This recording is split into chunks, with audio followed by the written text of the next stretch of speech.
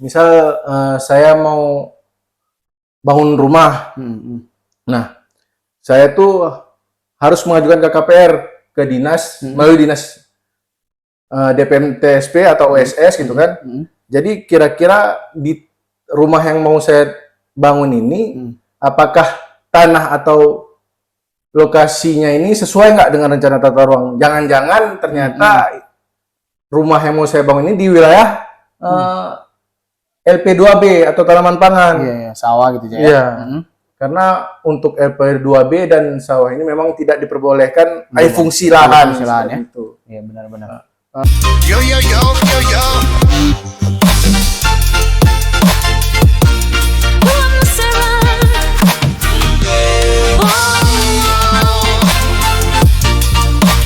Yo yo yo yo yo. Assalamualaikum warahmatullahi wabarakatuh. Halo sahabat ruang semua, kembali lagi di podcast Ruang Galus dengan saya Isma Saputra. Pada podcast kali ini kita akan membahas sedikit tentang syarat perizinan yang disebut dengan KKPR. Namun pada podcast kali ini kita punya tamu seorang calon pegawai negeri sipil di bidang penataan ruang. Mungkin bisa Firza kenalkan dulu aja sama sahabat ruang semua. Baik. Halo sahabat ruang, perkenalkan nama saya Muhammad Firza. Saya calon pegawai negeri sipil di bidang penataan ruang Dinas PUPR Kabupaten Galuas yang sedang melaksanakan pelatihan dasar, dan ini salah satu proses untuk merealisasikan aktualisasi saya yang dimana berjudul tentang sosialisasi alur pengurusan KKPR. Alur pengurusan KKPR ya. Betul, Pak. Nah, akhir-akhir ini sahabat ruang investasi sungguh masif di Kabupaten Galuas kita. Nah, seperti biasa memang Ruang Galus akan membahas tentang rencana tata ruang, kemudian pengurusan perizinan, rencana struktur ruang, pola ruang, dan sebagainya. Nah, pada kali ini kita berfokus ke KKPR saja. Itu tentang pengertiannya, kemudian kenapa itu pentingnya KKPR, kemudian cara pengurusannya, sampai bentuk contoh dari KKPR itu sendiri nanti. Nah, bisa nggak dijelasin, pertama, ada nggak sih hubungan KKPR dengan tata ruang sendiri sih sebenarnya? Baik Pak, untuk hubungan penataan ruang itu dengan KKPR, yaitu dengan saya punya slide di sini. Jadi mengapa penataan ruang itu penting? Yang pertama, penataan ruang itu penting untuk mencegah perubahan fungsi lahan. Benar. Lalu untuk menjaga lingkungan, mendukung investasi, mengatur pembangunan lebih tertib, mewujudkan kota desa yang nyaman, memberikan kepastian hukum untuk investasi Anda. Jadi intinya penataan ruang itu penting untuk mewujudkan hal-hal di atas tersebut. Karena tanpa perencanaan yang matang, saya rasa realisasinya juga berpengaruh kan gitu, Pak. Iya. Kemudian KKPR tadi kita kembali ke KKPR nih, sahabat ruang. Itu aja KKPR ini sebenarnya apa sih Baik Pak, untuk KKPR itu sendiri pengertiannya apa? Seperti yang ada di layar ya, sahabat ruang ya. Jadi KKPR itu adalah dokumen persetujuan kesesuaian kegiatan pemakmuran ruang sebelum pelaksanaan usaha atau pembangunan agar sesuai dengan rencana tata ruang. Misal saya mau bangun rumah. Nah, saya tuh harus mengajukan ke KPR, ke dinas, melalui dinas DPM TSP atau OSS gitu kan. Jadi kira-kira di rumah yang mau saya bangun ini, apakah tanah atau lokasinya ini sesuai nggak dengan rencana tata ruang? Jangan-jangan ternyata rumah yang mau saya bangun ini di wilayah LP2B atau tanaman pangan. Iya, sawah gitu ya. Iya. Karena untuk LP2B dan sawah ini memang tidak diperbolehkan alih fungsi lahan. Fungsi lahan ya. Gitu. Iya, benar-benar. Ini ya penting ya. Kenapa sih sebenarnya tuh biar sahabat ruang tahu nih sebenarnya KKPR ini pentingnya di mana sih pentingnya aja. Ya, jadi sahabat ruang semua, ya Pak Putra, jadi mengapa KKPR penting? Yaitu salah satunya yaitu menghindari pelanggaran tata ruang. Pelanggarannya. Ya, pelanggaran tata ruang. lalu memberi kepastian hukum, Mm-mm. mendukung investasi yang aman, Mm-mm. menjaga kelestarian lingkungan, Mm. mencegah konflik lahan, lalu mendukung pembangunan berkelanjutan. Jadi ibarat KKP ini ibarat rumah gitu Pak ya. Iya. Jadi kalau tidak diatur peruntukannya, maka kan jadi hal-hal yang tersebut bisa terjadi kan gitu Pak. Iya, yang nggak cocok lah, nggak sesuai gitu ya. Nah, ini kan kalau dilihat di slide yang Firza buat nih, sahabat ruang, ini kan ada siapa saja sih sebenarnya yang wajib mengurus gitu ya, mengurus KKPR nih. Nah, ini kalau kita lihat nih hampir seluruhnya aja ya. Iya, Ini hampir seluruhnya orang wajib mengurus KKPR gitu ya. Ini ada pemerintahan juga aja ya. Iya, betul, Berarti Pak. pemerintah sendiri harus urus KKPR juga Harus, nih ya. wajib, Misalnya kayak dinas PU misalnya Iya. gitu. Itu harus urus juga aja. Iya, jadi di dokumen RT RW itu sebelumnya kan jadi ketika contoh dinas PU bidang bina marga mau membangun jalan, dia nggak bisa asal-asal untuk membangun jalan karena di dokumen RT RW itu sudah ditentukan karena sebenarnya dokumen RT RW ini sahabat ruang dia connect dengan RPJM seperti itu ya. Oh iya benar. Jadi ketika kita mau membangun jalan, kita seharusnya mengurus dulu KKPR-nya. Apakah kegiatan yang akan kita lakukan ini sudah sesuai dengan rencana tata ruang yang Apa tidak gitu ya. rencana tata ruang atau tidak kan gitu. Berarti dokumen KKPR ini lah sebuah dokumen yang menjelaskan tentang boleh apa tidak, itu ada intinya gitu Iya, ya. betul, Pak. Nah, ini kalau kita lihat nih juga nih, sahabat ruang juga nih. Pelaku sosial dan pelaku keagamaan nih. Ini agak menarik. Ini berarti kalau kita mau seperti misalnya ini aja ya, apa tuh? Pembangunan masjid, gereja gitu, ini masuk ke sini nggak sih ya sebenarnya? Ya. Ke sini? Ya, betul, Pak. Jadi KKPR ini yang wajib mengurusnya itu setiap orang yang akan memanfaatkan ruang, baik Semua ya? seluruh. Jadi baik kita pelaku sosial dan keagamaan maupun kita pelaku usaha bahkan pedagang kaki lima sekalipun seharusnya kita juga mengurus KKPR ini karena kita seperti yang kita bilang tadi kenapa KKPR itu penting. Jadi kita seharusnya sadar bahwa ibarat maksudnya kalau kita analogikan seperti sepeda motor kan gitu ketika kita ingin berkendara jadi kita harus mempunyai SIM kan seperti itu agar kita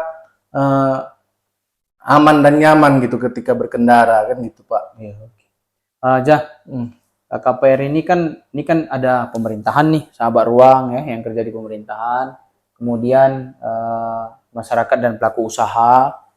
Ini mungkin kita di masyarakat.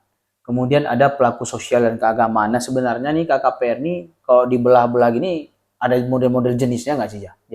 Baik Pak, untuk jenis-jenis KKPR itu ada. Berikut saya tampilkan slide-nya ya. Jadi seperti yang kita lihat bersama, jenis-jenis KKPR itu terbagi 3. Yang pertama ada KKKPR, lalu PKKPR, dan terakhir RKKPR. Ini konfirmasi, persetujuan sama rekomendasi nih, Jaya. Betul Pak. Jadi untuk saya izin jelaskan Pak, untuk KKKPR ini biasanya ini melalui sistem OSS. Ya. Gitu, Pak. Ini yang di daerah nih ya. Yang ada RDTR aja yang udah kita kenal ya. Jadi yang daerah pemerintah daerah yang sudah memiliki RDTR biasanya lebih mudah karena sudah terkoneksi langsung dengan OSS. Jadi para pelaku usaha baik sahabat ruang di mana berada bisa mengakses langsung ke web OSS kan gitu. Lalu, jadi biasanya nanti pelaku usaha bisa izin KKPR-nya itu terbit online gitu ya Pak. Terbit online ya. Nah ini kalau persetujuan. Nah untuk persetujuan ini biasanya daerah atau pemerintah daerah yang belum ada RDTR-nya. Ya. Jadi atau kegiatan-kegiatan yang strategis ya yang perlu pertimbangan dari daerah. Biasanya setelah mengajukan syarat atau dokumennya ke dinas perizinan satu pintu maupun dari OSS akan dikaji kembali oleh tim namanya Forum Penata Ruang. Yang mana nantinya Forum Penata Ruang ini memberikan rekomendasi terhadap pemohon terhadap pemerintah daerah melalui dinas DPMTSP untuk diterbitkan atau tidaknya KKPR KKPR ya. Oke. Lalu untuk yang terakhir Ini ini biasanya ini kegiatan strategis nasional ya, ya. Ini pembangunan skala besar nih, misalnya kayak proyek nasional, jalan-jalan tol, sabar ruang nih.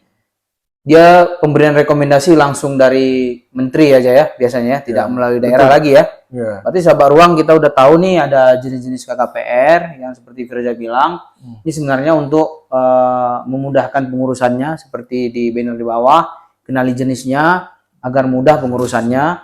Seperti tadi, kalau untuk konfirmasi yang terbitnya langsung otomatis, ini nggak ketemu lagi ya dengan orang tata ruangnya pun ya, Jaya. Ya. Nah, ini ngurusnya dari OSS, cuman di wilayah yang ada RDTR digitalnya. Nah, kebetulan sahabat ruang, kita di Kabupaten Gayo Luas itu untuk wilayah Blangkejeren, perkotaan Blangkejeren, kemudian tuh sampai ke Dabun Gelang, Belang Pegayon, dari Pacu Kuda sampai bandara Blangkejeren di sana, itu udah masuk RDTR ya. Jadi kalau misalnya teman-teman mau misalnya ngurus perizinan bangun rumah makan misalnya, atau pangkas, barbershop, kemudian misalnya kegiatan-kegiatan lain lah. Nah, itu udah bisa diurus KKPR-nya langsung dari OSS ya. Ya, betul Pak, betul sekali. Kemudian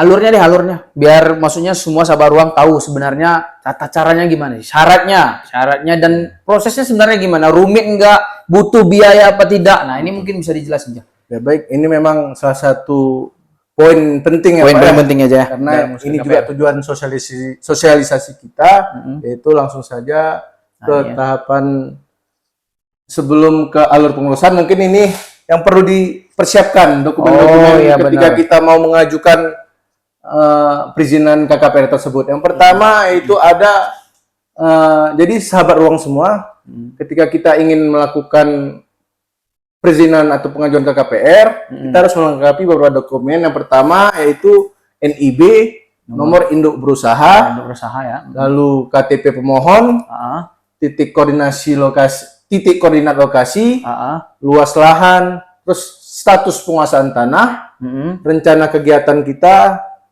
biasanya bisa dilihat di KBLI gitu ya. Itu ya, kalau KBLI-nya ya. Kalau teman-teman sahabat ruang yang udah biasa ngurus ya perizinan ya, udah paham, biasanya di NIB-nya tertera sih. di NIB-nya aja. Ya. Lalu gambar atau rencana bangunannya dan dokumen pendukung lainnya seperti biasanya kalau dimintai SHP ya Pak Putra ya. SHP ya. Save file itu semacam dokumen sebuah peta lokasi ya. Iya. Kalau di Word dia filenya .doc kan gitu ya. Iya betul. Kalau Ini SHP gitu ya. Khusus untuk ARJIS gitu ya. ARJIS pemetaannya aja ya. Ya. Kemudian pengajuan dapat dilakukan melalui OSS atau ini yang online ya. Kemudian yang PKKPR persetujuan melalui DPMTSP. Oke. Ini syarat prosesnya aja, prosesnya. Selanjutnya kita masuk ke alur pengurusannya. Yang pertama seperti yang Pak Putra tadi bilang,